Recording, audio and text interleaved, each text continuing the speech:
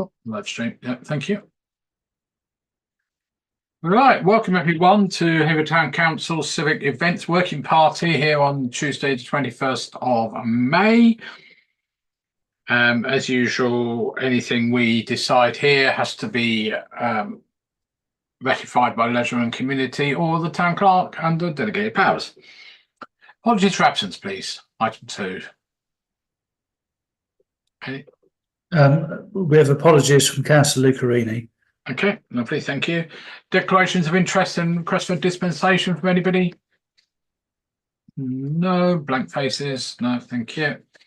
Minutes of the previous meeting held on 18th of March, which I hope people will had. Do you want to share the screen? Yeah, do you want to see them on? Right, go for it. If you've got them available, Colin, that'd be nice.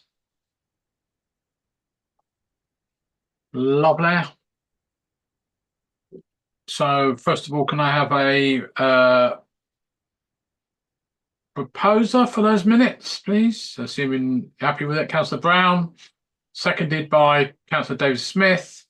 All those in favour, please show. Can't see anything. There we go. Thank you very much.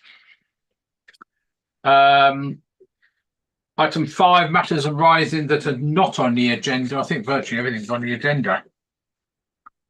Obviously, we've had mayor making, which I thought went very well, with young Zach Andre doing his bit.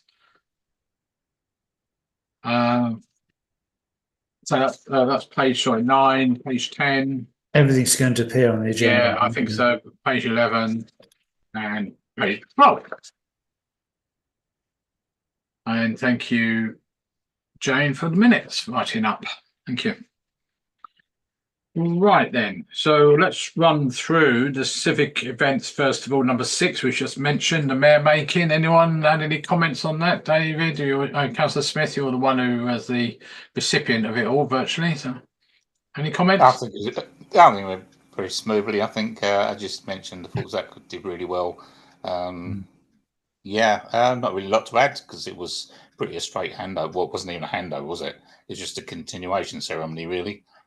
Yeah, no, I don't think there's any questions from the public. Ben Holland's said a few words about the place. Well, more than a few words, but yeah. Okay. Sorry, Colin.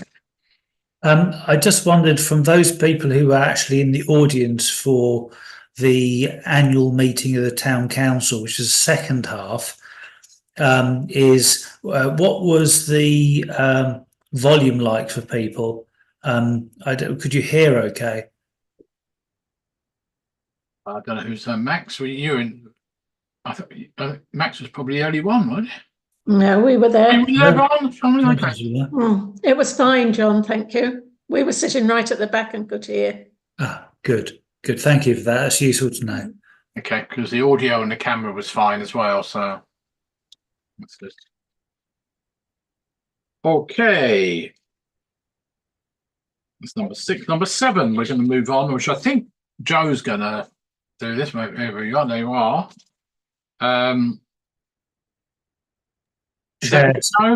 Chair, sorry. Yeah. Apologies from Sarah Marsh, of course. Sorry. Yeah, I've seen a photograph on Facebook where she is. Yeah. All right. Yeah. Is this you, Joe, doing this? Yeah, it can be. I can run you through each of the things that Sarah has sent me across so that I have information for, if that's of use. Right, so let's start in obviously in the order they crop up, which is DD 80 on the 6th of June. Yeah, so let me get up my little sheet here.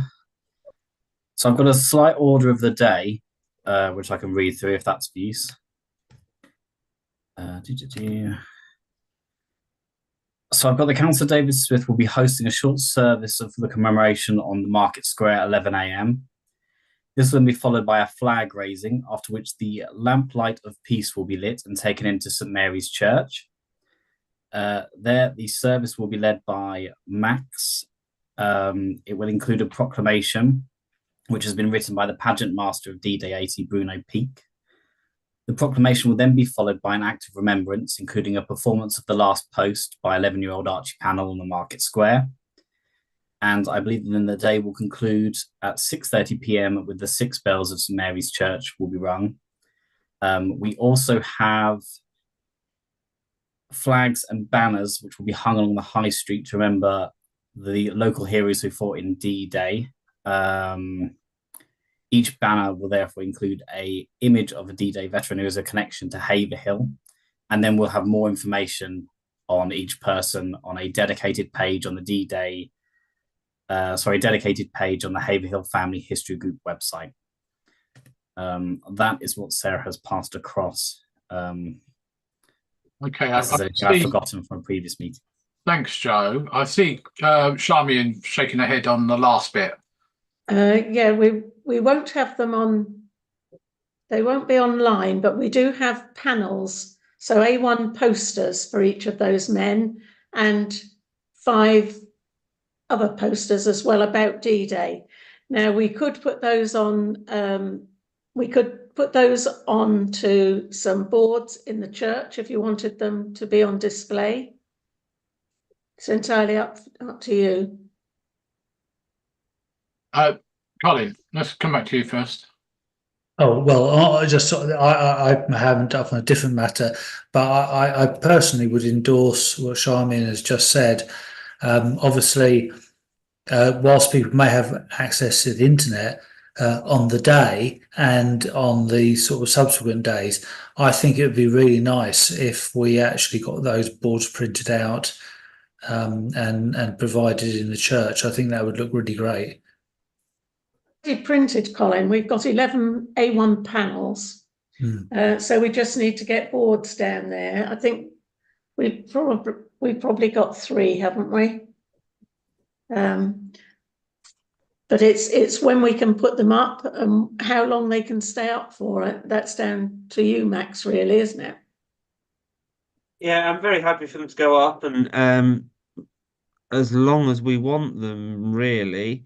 My only question, obviously, is the church is only open at certain times. So are we planning to open up at extra times? We'll be in there on the Thursday. It'll be open for the ceremony on the Thursday, but after that, I wasn't really planning on opening the church in addition to what we're already open. Are we planning to do anything on the boards in the art centre at all? Can do. Whiteboards. Is there any other thing going up there? Do you know? Sorry, Brian. Yeah, the local history group have got it for most of May and going into June. I'll have to check on that one. Okay. I can't. Sorry, Councillor Brown. Yeah, Colin's got his hand up. Was that residual hand? No, I've got another thing to discuss. Go ahead. Yeah. No, all it was, that was what I was going to suggest, that we put some boards up in the art centre as well. Repeat them up there, but obviously, it's a pity. Is there anywhere else we could put them that's accessible? What about the library? Would they? They haven't got anywhere really. I don't think that could take 11 panels of A1. No. We are open on a Friday and Saturday morning, so we can at least advertise that they'll be up on the Thursday, and we'll be in there on the Thursday. They'll be up on the Friday and the Saturday. That's great. It would be nice to get them on social media as well. Yeah. Well, there's nothing to stop you putting them on social media. That is also part of the plan. But you haven't got copies of them. No. So I can send you copies of them, but I don't know quite where you'll put them. We also did some time ago, I think it was for D-Day 75, little short videos, didn't we? So I'll have to look out those as well and see what we've got.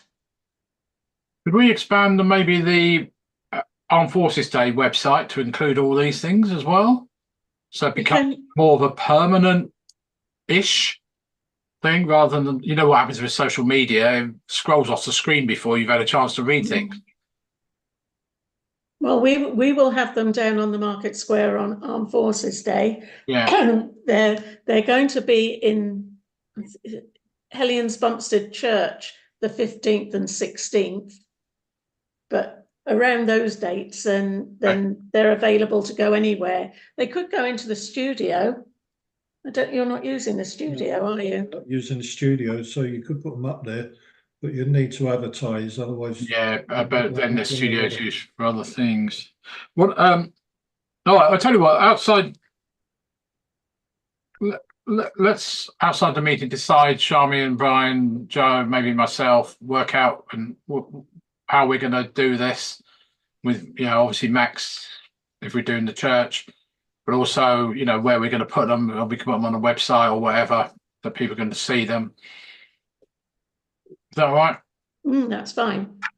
Sorry, Colin, you had another point. Thank you, Chair. So just going back to the matters arising for this particular item on the minutes, I can run through the D-Day flags in a moment. I think Charmian has worked with Sarah, and I think we've produced some really fantastic banners, I believe, for the D-Day veterans. So that's all done. Is that correct? Charmian? Joe? Yeah, I've seen them being worked on. They're also something I believe we were planning on making into social media posts by shortening some of the information, and then that's why I had the information of putting them on the website. But there's some wires being crossed there. But that was my understanding of what was going to happen with those. They look really, really good. We have to sign off the flags, so I do have those. I can share those if people are happy. Just to have a quick look. I stress a quick look because I can't see any obvious issue. We had to look through them earlier, but Chair, do you want me to share those? Yes, please. Yeah, you showed them quick. We saw them quickly earlier this afternoon. So basically, the squares are going to show basically. Actually, that's a bit big, isn't it? I wonder if I can. I'll move you all out of the way. Apologies. Right, okay, that's better. I'll put you back. Right, so that's a banner. Australia D-Day 80. We've got Belgium, Canada. We've got the Commonwealth countries. Because just say there's 56 countries, I think, were involved in D-Day landings. Unfortunately, the Suffolk Highways street lighting people, rather inconsiderately, didn't put 56 lamp columns up in the high street. So we've had to, I think there's 17. So we've had to reduce the number. So we thought we could represent the Commonwealth with the Commonwealth flag. Czechoslovakia, we have checked. Oh my God, that's an awful pun. Sorry. That is the Czech Republic adopted the old Czechoslovakian flag. So the people of Slovakia have a different flag, but that was the flag of Czechoslovakia at the time. France, obviously, Greece, obviously, Netherlands as well, New Zealand, of course, with the Red Stars, Norway, Poland, Rhodesia, but that's what it was called at the time. Obviously, United Kingdom and America. So, I mean, are people happy with that design? We can sign off and they'll go to print tomorrow. Yeah, the obvious ones. Tony, Cass Brown. yeah. The only thing is, as far as I'm aware, the Australians and the New Zealanders didn't take part in Normandy landings, D-Day. Everyone else on there did. So I'm just saying, I'm more than happy to see the flags up there, but technically they didn't take part in D-Day. But yeah, Is that right? I don't know. no, Don't know. they didn't. No. Okay. Well, there's no point doing D-Day 80 flags for Australia and New Zealand if they weren't there. No. Okay, I'm on the D-Day Story website, which is based out of Portsmouth. And when under the tab that says which allied nations took part in the fighting on D-Day, it includes Australia and New Zealand. Yeah, that is actually a museum based in Portsmouth which is the D-Day story, and they're saying that those two countries did. So I'm not saying that one or two Australians or New Zealanders took part, because there was even US Marines attached to some units on Sword Beach. But as units, there was no Australian or New Zealand units. But I'm only being picky. I'm just saying, I'm more than happy to see the flags there. But as a country, as actual fighting units, they didn't. They were tied up in the Middle East and the Pacific. Okay, it's interesting because the Australian Air Force website says when Allied forces invaded France under Operation Overlord, 7 squadron regarded as Australian took part in the attacks on the Normandy beaches, and they delivered airborne troops. So they were Australian aircrew. Yeah, true. Yeah, sorry. Yeah, yeah, not actually on the beaches. Yeah, sorry. Yeah, you're absolutely right there. And there's a lot of New Zealanders and Australians, embedded in RF units anyway. So so sorry about that. Yeah, I was thinking of actual land-based. I understand. Yeah. Have we missed anybody else? Obvious. The Imperial War Museum, if I can quote them, on D-Day, Allied forces consisted primarily of American, British, and Canadian troops, but also included Australian, Belgian, Czech, Dutch, French, Greek, New Zealand, Norwegian, Rhodesian, and Polish naval, air, or ground support. So I think that's where that list has come from. Yeah. Right. Okay. And there were obviously Commonwealth countries involved, but there's so many of them. Yeah. We just can't possibly. We don't have enough lamp columns. No, that's fine. So I think from my perspective, are we all happy that we can go to print on those? Yeah. John, Anybody? did you have Poland on there? Yes, I think so. Yeah. It was. So we did. Yeah. Yes, we've got Poland. Yes, there you go. All right, everyone happy? Okay. Thank you, Colin, for reminding us about that. Thank you for that. Right. Okay. So D-Day, just one thing from my side, and I'm not 100% certain, and I know I've spoken to Max about retrieving my speaker system from the church that's been there for a year or so. I am planning to provide a mic system like we did a couple of years ago for Armed Forces Day flag raising. Are we wanting that on D-Day as well? I'm assuming the answer is probably going to be yes. I think we'll need amplification. Yeah. Okay. That's fine. So we'll go with that. So Max, you and I need to talk about when I can come pick that up sometime, and then I'll test it at home, make sure everything's working. And I did ask Sarah, maybe we can get one of the tech people down if I'm filming, for example, in case are we going to be playing the national anthem on D-Day after Max's bits, if you like? Anyone thought? Chair, does Joe Dexter have that on his list? He's got the running order. Is there a likely position where we might need to play that? Only one of us. It could be. I can't imagine why, that it could be fit in somewhere. John, Yeah, can we sorry, Joe, can we go through the running order again? Because I thought Joe said that you were going to go into the church for a service. Is that right, Max? So we're going to light this lamp, which we're going to take into the church. And that was part of the reason for having the boards up in church, so that then we're open on the Thursday morning. We take the lamp in, the lamp stays in church, and people could go in over the weekend and see it. I slightly, Joe, you read the corrected version out. Just to point out that we don't go into church in the middle of all that. We have the ceremony out on the square, and then we take the lamp in. And yes, I can probably say a prayer once we get into church to sort of receive it into the church, but I wasn't going to have a full service. No, I haven't planned anything. No, that's fine. I got the impression we were doing something outside, then going in the church and then coming back out again, from what Joe was saying. No, everything happens outside on the square, including the lighting of this lamp, and then we take it inside into the church at the end, as far as I understand.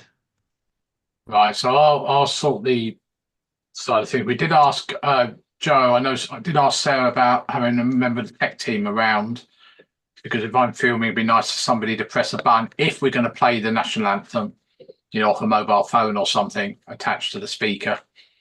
Yeah, I'm sure one of the guys will help out with that. That's fine, great. I think we probably should include it if we can. Yeah, I think so as well. I think it's appropriate. Social media, Joe. Are we going to be? I know we're trying to invite as many people along as possible. I know it's a weekday. You're going to make sure we get stuff out there. Yeah, I've got a bit of a plan that I've created with Sarah. So yeah, that's fine. Okay. Anything else on D-Day at all from anybody? Councillor Dave Smith. Sorry, can you just remind me what I've got to do? Right at the beginning, and I've forgotten. I know it's 11 o'clock on the Market Square. What am I expected to do? I have got you hosting a short service of commemoration on the Market Square at 11. Okay. What does that entail? I've been given this information to read out, so I'm not sure. But I'll speak to Sarah. I'll create you a fun little speech, John. I guess you'll introduce Max, I guess. Yeah. Yeah, if you want to give This is Max. Yeah. Welcome to our D-Day commemorations. This is Max. Yeah. Okay. Yeah. Chair, Yes. I would suggest that, given the mayor's a first citizen, that he probably ought to have a few words to say on behalf of the townsfolk of Haverhill. So perhaps a liaison between Councillor Smith and Reverend Max to make sure that they don't sort of cross each other's sort of whatever they have to say. Yep. But I think it would seem a little bit short if the mayor just does an introduction. I think you should say a few words, certainly, but not treading on Reverend Max's toes. That's Yeah, fine. I don't want you to say something and then Max say what he said. No, that's fine. No, that's fine. Yeah. I think that's what we end up tending to do anyway, just chat amongst ourselves. Okay, if everyone's happy with that, shall we move on to the next one on the list I've lost here, which is Suffolk Day on the 21st of June. Yeah, let me read out what I've got. Yeah. Thank goodness we're not doing a normal sunrise job. Yeah. So this one's got a bit more specific timings. I can share these obviously with everyone. I'm not expecting everyone to remember these. So we've got a provisional running order of 9:15. Guests are invited to arrive at the Market Square in Haverhill. 9:30, we open with a welcome from Lord Lieutenant Lady Clare, who's the Countess of Euston, and then Dave. This will be followed by a proclamation from the students of Castle Manor Academy and Samuel Ward Academy. 9:40, there will be a local performance, but that's to be confirmed at the moment. 9:45, we have the Suffolk High Sheriff, Yvonne Gilchrist Mason, who will be reading the medal citation, and Lady Clare will be presenting this. 9:50, we have the interview with the recipient. 9:55, closing remarks with Max. And then at 10 o'clock, we've got the parade departure. During the day, there will also be 2 Suffolk punches, the Slack McGirdle Morris dancing side from Newmarket, and some specially commissioned artwork from Suffolk resident Joe Millerchip. Georgie Jameson will also be emceeing on the day with BBC Radio Suffolk live broadcasting. Yeah. Okay, I do a bit of filming as well. Are we, just from my side, presumably we're providing the tech? Yes, we're providing the tech, and the BBC, Sarah's organising for the BBC to speak with Dylan Mills, our tech manager, so that they can take live feeds off of our microphones, etc., for the event. There'll also be some pieces for the radio recorded in advance. The recipients of the Suffolk Medal and potentially other people will be asked to do a short piece to camera. Sorry, to the microphone, so they can play it later. Any questions on Suffolk Day at all? How long the horse is going to be there for? Do we know? Do we have any timings for any of this? Because well, we have the timings that Joe's just read out. Then, obviously, once all of the kind of formal stuff that's being broadcast finishes, then it will continue. But obviously, in terms of the day, it's a market day, it's a Friday, so there might be a little bit of a crowd there. So we'll just have to see how it goes. Okay. I don't know what the timing is in terms of when the horses will be taken off. There's some panels of art, some local artisan type activity going on. So there should be quite a lot going on. The organisers of Suffolk Day all appear happy with what Sarah's put together for the day. But at the end of the day, the actual kind of the official bit in the middle, at the beginning, is all dictated by what they can get BBC to broadcast, and it seems like there'll be quite a lot of broadcasting from Haverhill. Okay. Well, as I say, I'll try and do some filming as well. Before we go on to you, Councillor Brown, just what I think about it, are we going to need barriers down there?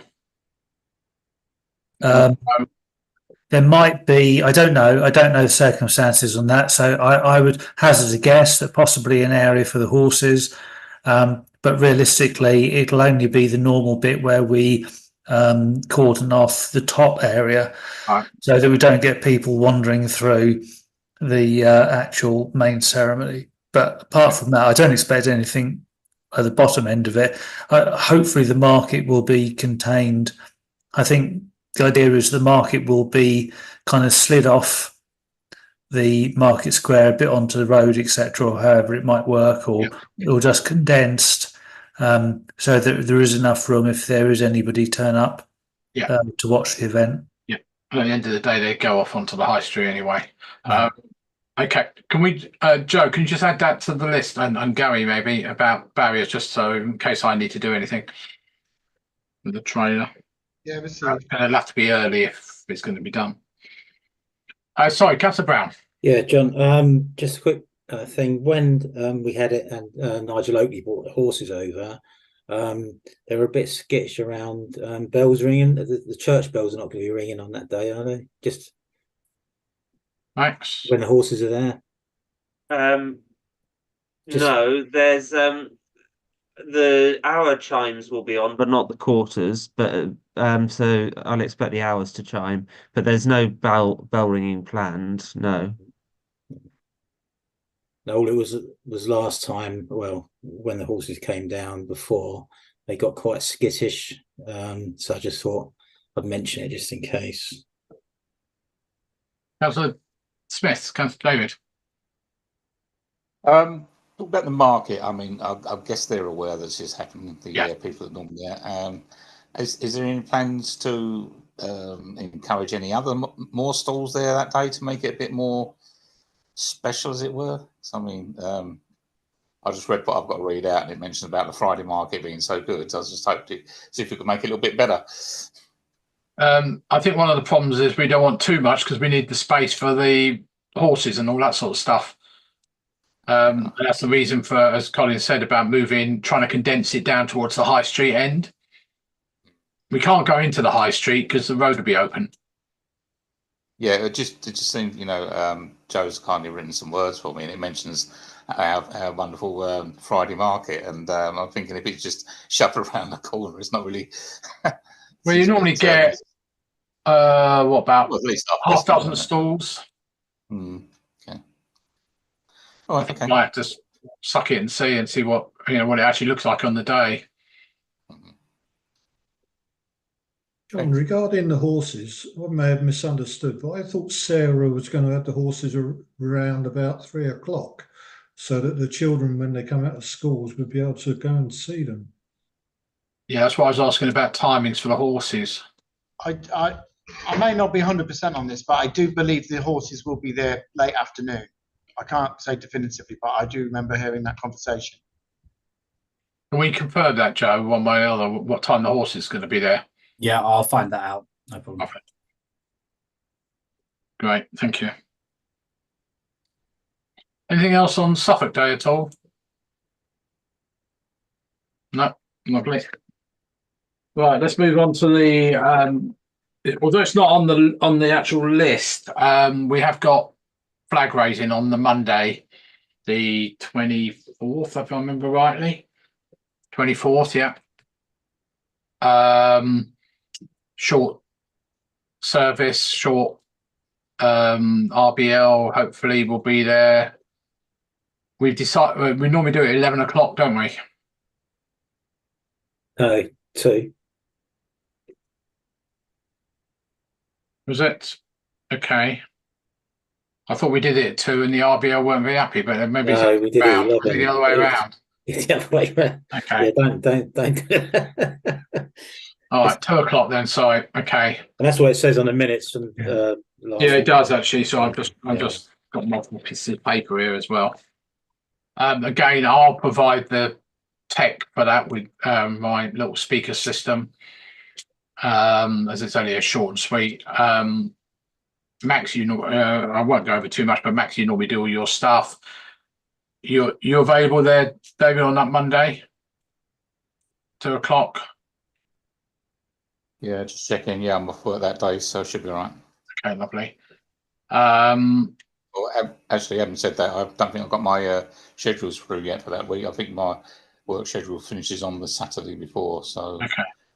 and I'm not sure if I've asked for that day off, but I will check. I should be okay if it's at 2 o'clock because I would have asked for the evening afternoon shift off because we've got the town council meeting at 7. So yeah, it should be all right. Okay, and Councillor Brown, you're going to bring your. Are you bringing any stuff down? Yeah. Yeah. Okay. All right. Anything on the flag raising? I'm forgotten about, or I've forgotten about? No. Okay, so that'll be on the Monday. Yeah. There was a clash, wasn't there? On like lost it. Was there a clash on the one of the official flags we have to raise that week? Is it? I can't remember now. Because normally we put the armed forces flag up and leave it up. But we might need to check. Is that Prince William's thing or something? Or the clash is that the Suffolk Day falls on Prince William's birthday. Oh, it's Prince. That's right. It's something like that. So we have the St Edmunds flag for Suffolk Day, and we have the Union flag, and I think we've got another variant of a St Edmunds flag that doesn't have the blue shield behind the crown that the official Suffolk Day flag has. So we'll fly the Union flag and a Suffolk Day flag and another suitable flag. Right, so the armed forces flag will go up on the 24th. Yeah, that's all clear. It's only Prince of Wales. That's it's only. Well, no, Chair. There's the other clash is through the month of June. June is Pride Month, so the Pride flag will be up and down fairly often as it has to swap out. It just happens June is a popular month for flag flying, so it'll we'll handle it. We'll sort that out. I wouldn't worry too much. Okay. Presumably not going to fly the Pride flag at the same time as armed forces flag. Well, supposedly 10% of the people who took part in D-Day may well have appreciated the Pride flag flying. Okay. So yeah, maybe, but yeah, okay. But no, I think in reality it won't, simply because of the fact we don't have that many flagpoles. Flagpoles, yeah. Okay.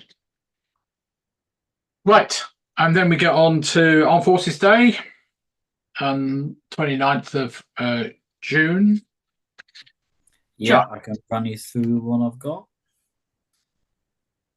So I don't have timing on this one, I'm afraid.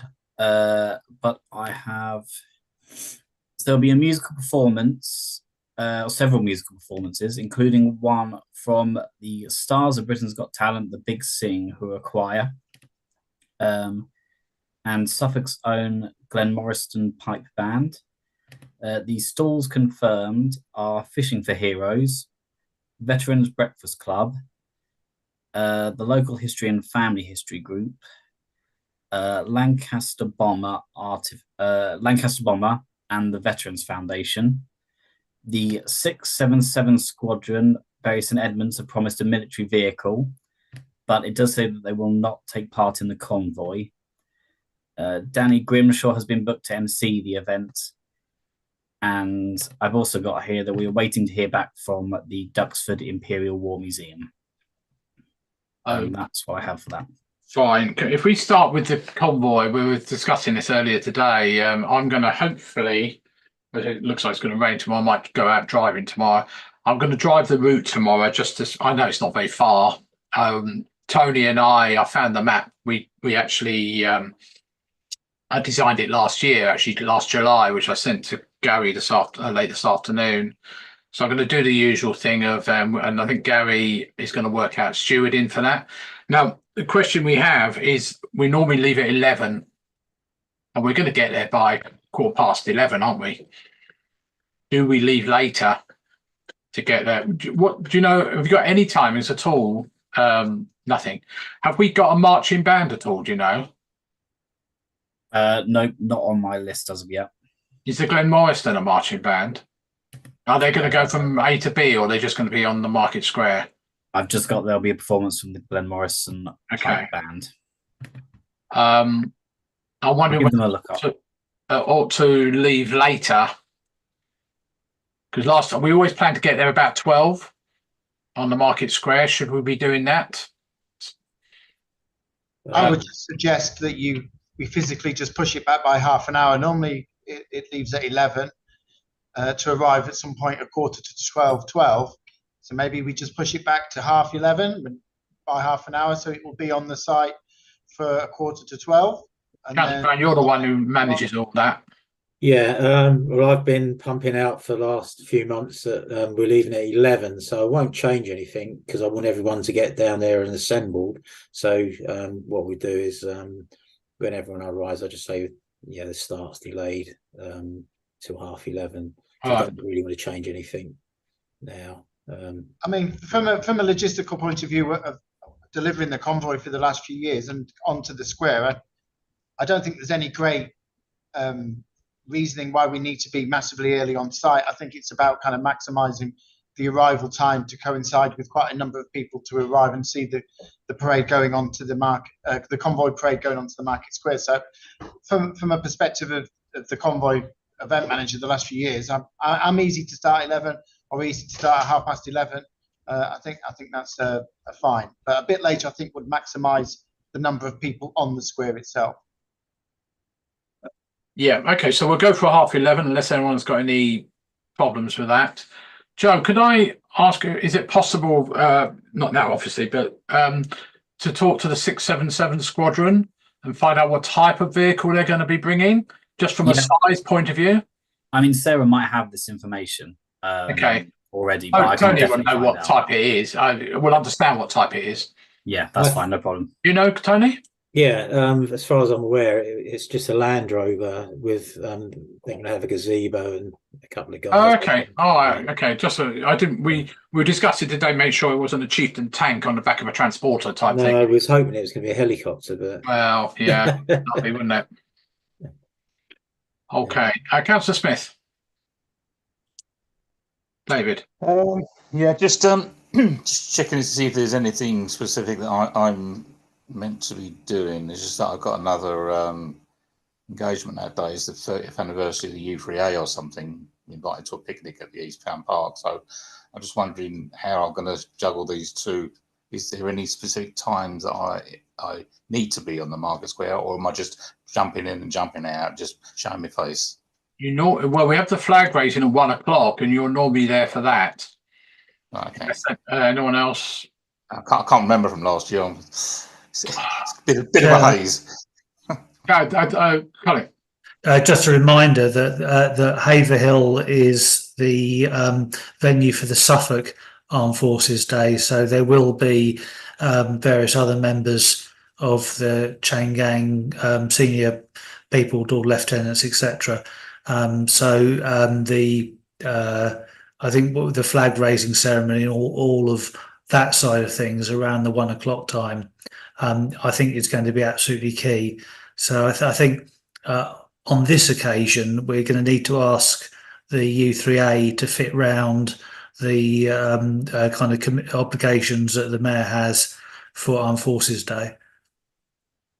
Okay. Yeah, I could pop there right at the very beginning, say 11 o'clock, and then come across, and then maybe pop back over there for the end of it. We'll see how it goes. The reason I'm asking about the marching band in years gone past, Joe, we haven't done it probably haven't done it since COVID. I don't think we've had a band march from the Arts Centre to the Market Square. Yeah, I've seen some of the pictures of that. I've just given them a quick search now. It looks very similar, and it does look like they are a marching band, so that might be what that is. Okay. It might be if we're going to do, if they do march and are able to do it, where they're playing and marching along, depends on age and everything. Sometimes it's just too much to carry on. I wonder if we ought to try and include Queen Street in that. But trouble is, Queen Street will have their tables and chairs out, won't they? So that may be a non-starter as well, because we know what things have gone, Colin. Well, obviously the difficulty with Queen Street is they'll then have to turn around and come back the other way. We had a parade in 2022 when the mayor marched down, I think, for Armed Forces Day with the Phoenix Pipe Band. So that happened whilst the convoy was going round the town. Was it? It shows us 2 years ago. I'm glad you got better memory than I. Thank you. Okay, well, just a thought, but the only reason I'm asking that is that Gary would have to arrange stewarding and all kinds of stuff for that. And we don't have much of a market on them, although I think there was 4, 5, 6 stalls last weekend. Sometimes there's only 3, depends on the weather as well. Sorry, Chair, just to add to that, of course, is that in terms of the parade, the dignitaries can either be on the vehicles heading for the Market Square, or can parade down the road to the Market Square, but it's clearly not going to be very easy for them to do both. It depends what we think would work better. If we want to, I think one of the suggestions was that the dignitaries were on in the vehicles and arrived, quite spectacular in that respect on the Market Square. But if we did have a marching band, that they actually did some marching band work to entertain people who were gathering, and it gives us a reason why the barriers out and stopping anyone entering the Market Square whilst we're waiting for the vehicles to arrive. Otherwise, we've got a situation where we need to maintain an empty Market Square awaiting the vehicles, and absolutely nothing's happening in it at all. So it would kind of fit better if the marching band marched up and down the Market Square. But other people may have a different opinion.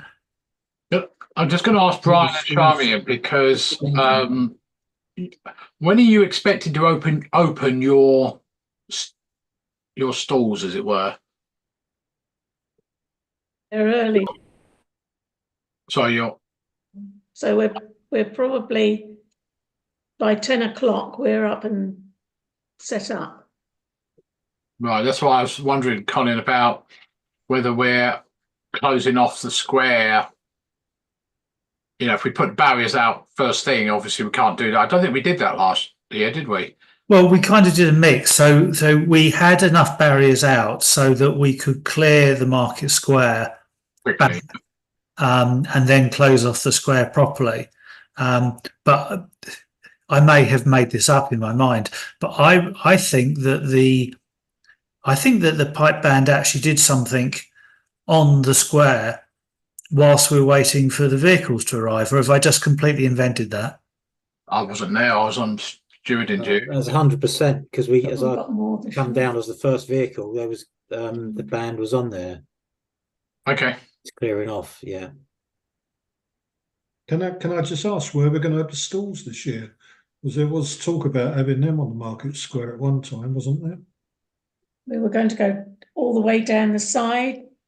I think it was last year. Yeah, they were. We were all up at the top wall. last. We were Oh on no, the that was top the year last year. before.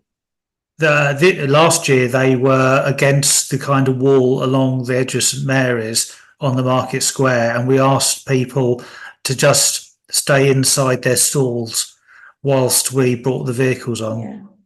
You and I have just said. I said exactly the same thing as you, Charmian, about 3 hours ago. They all just merged into one, but actually it was the previous year that they were on the. Yeah. Yeah, I I was just believe thinking the, about getting the- the public off the market square when the convoy arrives. Because if I remember rightly, that wasn't too easy last year. No, but I think we managed it. I think actually people seem to be quite happy to move back. I think you and others were kind of gently shepherding them, and it did the job. It may not have been easy, but it worked. And the market square was empty. There was a bit of a performance from the pipers, and then the vehicles arrived. If I remember rightly, we got a round of applause once all the vehicles were on. I think everyone was quite impressed at the choreography of it all. Yeah, it's just that we got the stalls on the market square. We don't want to stop the public coming on at that moment. Well, they'll have a couple of hours, won't they? And then we'll push them off for 5-10 minutes. I think what's useful, we have an MC this year because one of the important things is to let the public know what we're doing, so they don't go home. So that I think that'll be easier with the MC able to let the audience know what's going on. Joe, just coming back to you, do we have any booked times for like the Glenmoriston band to be there? I'm not saying when they're playing, but when are they? Nothing that I'm aware of. That's not to say okay. that there aren't any, but not that I'm aware of. So we really need them to be there for probably about 11:30, don't we? At least, so they're playing when the vehicles turn up. Or somebody to be playing anyway.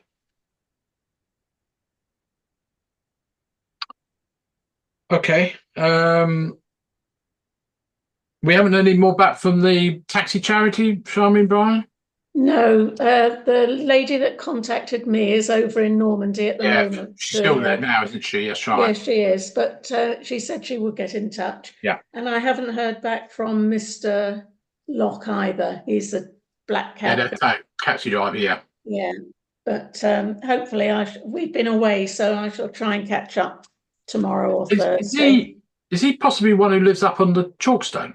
No, he lives in Hamlet Road at the bottom. Okay, because I saw a black London cab parked up on Chalkstone the other day. It might be somebody else as well. Don't know. Well, anyway, I will chase him up. But I did wonder whether we were going to be able to use the taxi charity as our sort of source of donations collecting this year. Well, I think we'd hope to, but we haven't had any, because we're waiting obviously for the response to your query regarding like literature or media or anything we could stick on buckets, as it were. Is that what I have downloaded something from them that could go on a bucket, and we'd be quite happy to have those on our stores, and the history group wouldn't. Is that okay with people that we can collect for the taxi charity? Bill Gladden obviously was heavily involved in that. Is that something, Joe, you can put on your list? Yep, certainly. Lovely, thank you. In terms of the stalls, I think there were 7 I got here. 1, 2, 3, 4, 5, 6, 7, and you got the RBL's got to go somewhere, haven't they? And also, RBL, are they going to have a stall this year? That's not on the list. Anyone know? They generally do, so I would allow for it. And who's the one who's got the double? That's the RBL's got the double size, Yeah. isn't it? Yeah.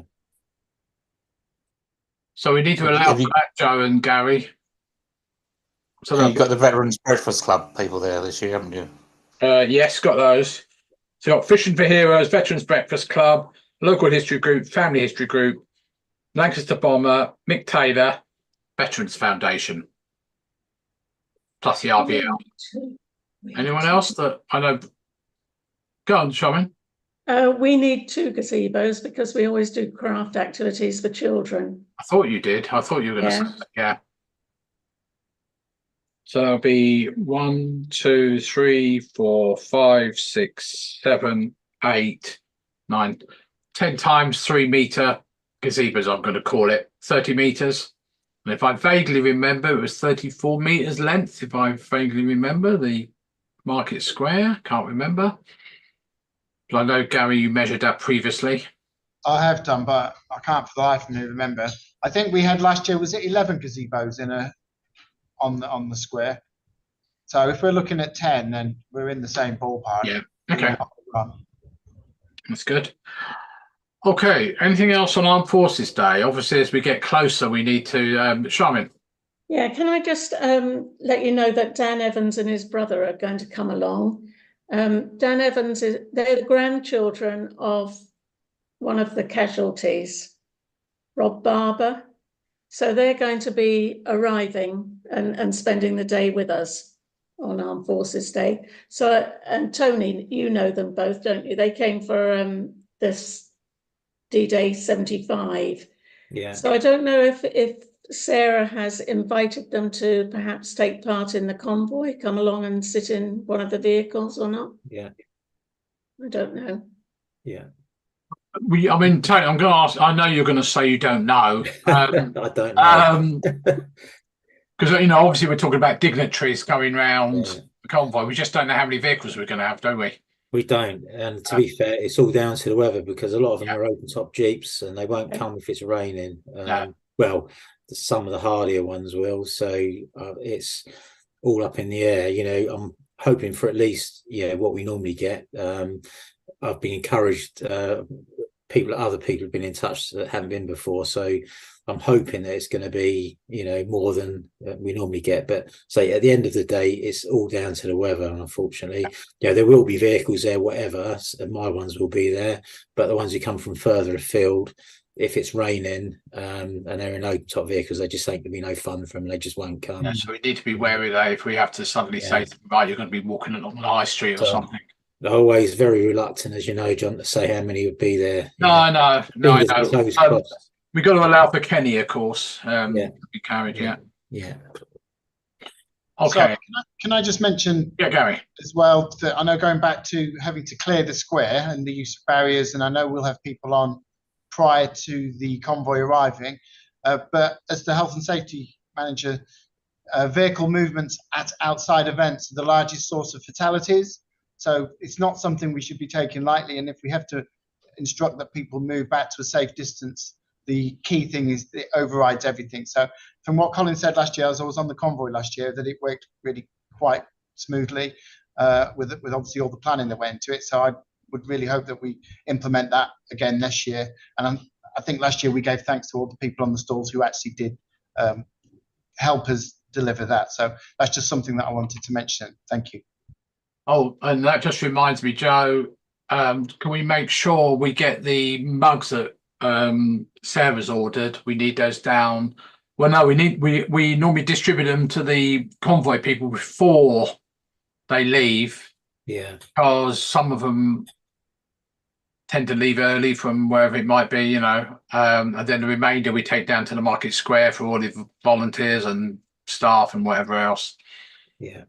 And also, I think this year, because the convoy is smaller in its distance, is that we could hopefully pull on a greater number of volunteers down onto the square to help move people around, rather than being stretched around town. So that's something that we can add to the mix on the market square. Yeah.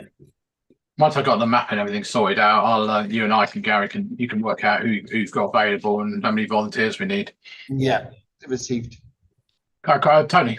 Yeah, one thing around the marketing, this might be Joseph department, but we've pushed the Armed Forces Day Convoy Facebook page. We've got quite a few followers, but the actual Haverhill Town Council Armed Forces Day has only got, I think, 3 or 4 followers. Could you do something to sort of really promote that if you can?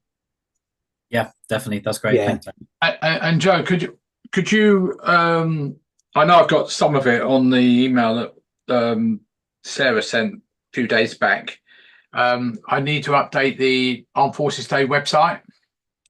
I mean, I normally put once I've got it ready, I normally put the route on it and everything else as well, as much as it's going to be, but also what we're doing. So I know it's another 5-6 weeks away, but it's nice to get it up and running and people know, because we start getting queries about, oh, what's happening, you know, what's where and that sort of stuff. So once you get a more confirmed thing, if you let us know, please. Yeah, it's best to get those things in early anyway, as soon as we can. So yeah, sounds good to me. Okay. Right. Anything else on Armed Forces Day at all? No. Perhaps anything. Great. Thank you for that, and thanks, Sarah. I know she's not here, and the team for doing all that so far. Right. We're moving on. The next civic event is Remembrance Day, which is on the 12th, if I remember rightly. 12th. Colin. Chair, just to say that I left those on the agenda simply for continuity, although this meeting was specifically organised so that we had an extra meeting for the summer events. So I don't necessarily expect there to have been any further arrangements put in place for the other 2 events, and I'm particularly conscious that Royal British Legion aren't here to talk about remembrance. No, all I was going to say, Colin, was just if anyone's got any queries on either that or if there's anything that they can think of that's not been mentioned before, so at least it gets on the list, as it were. Is there anything for that, or Tony? You're muted. Sorry, yeah. One quick point I forgot to mention on the last item: of the police and the fire brigade been invited to take part in the convoy? We did ask about this today. I know Joe wasn't there this afternoon. Fire brigade have gone a bit strange, haven't they? Not strange. I'm sorry, it's a bad terminology. The contacts we have not there anymore. So I have got one contact, and I personally was, unless to save a job for the council staff, I was going to contact both the inspector and the fire brigade and make sure they are aware of it, and whether they, you know, subject to operational things, whether they can attend. They may not do it because it's quite such a short route, but it would be nice. Yeah, they're always more than welcome there. Yeah. Okay. Anything else at all on that? Right. Thank you very much. So we'll go back to the last item, on penultimate item 8.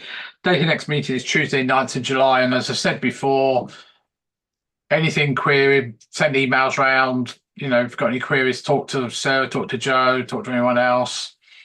I think we've all got a little work to do, little jobs to do. You know, respectively, the big jobs are obviously the officers and staff of the council.